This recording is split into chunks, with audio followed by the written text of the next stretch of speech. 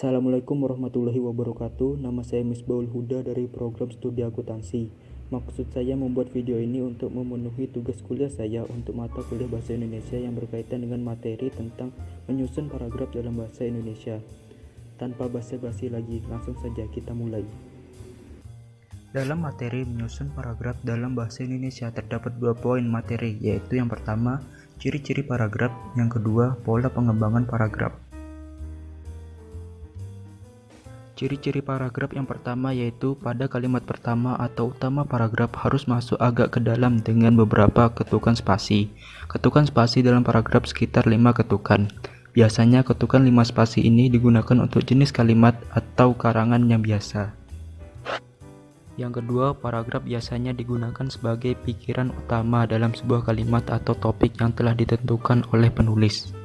Yang ketiga, terdapat kalimat topik dan kalimat pengembang dalam paragraf, yaitu memiliki fungsi dalam penulisan di mana fungsi tersebut dapat dijelaskan atau menerangkan pikiran utama dari penulis dalam menuliskan sebuah karya atau karangan dalam sebuah kalimat topik.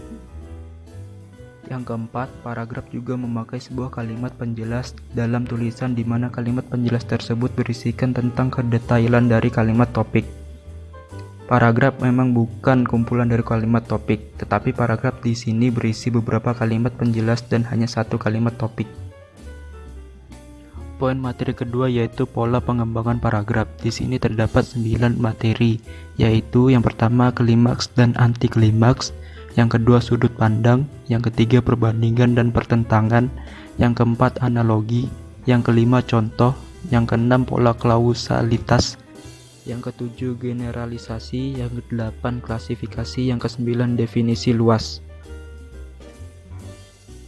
Yang pertama yaitu klimaks dan anti klimaks. Pada bagian klimaks berisi gagasan cerita yang menuju tahap puncak, atau bisa pula dikatakan sebagai permasalahan cerita yang akhirnya menjadi puncak konflik cerita tersebut. Pada bagian anti klimaks, di mana konflik sudah berada di puncak kemudian berangsur reda, atau dapat diartikan bahwa tahap anti klimaks ini adalah penurunan masalah.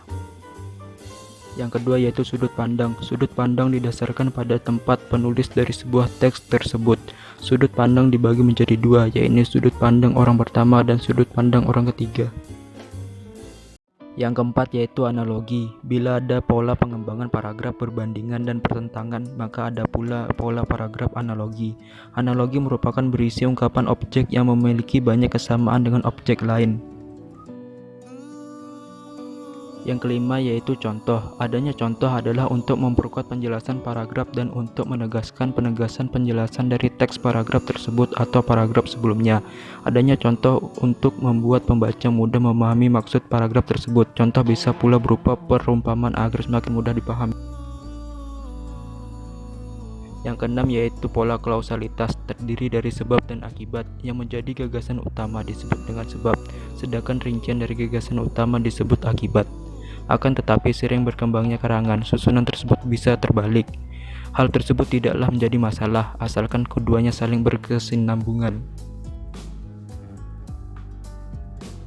Yang ketujuh yaitu generalisasi. Dalam pola ini, paragraf bisa diawali dengan hal yang bersifat umum, kemudian dirinci dengan hal-hal yang bersifat khusus sebagai penjelas. Bisa pula sebaliknya, menjelaskan hal-hal yang bersifat khusus terlebih dahulu, kemudian disimpulkan dengan hal-hal yang bersifat umum.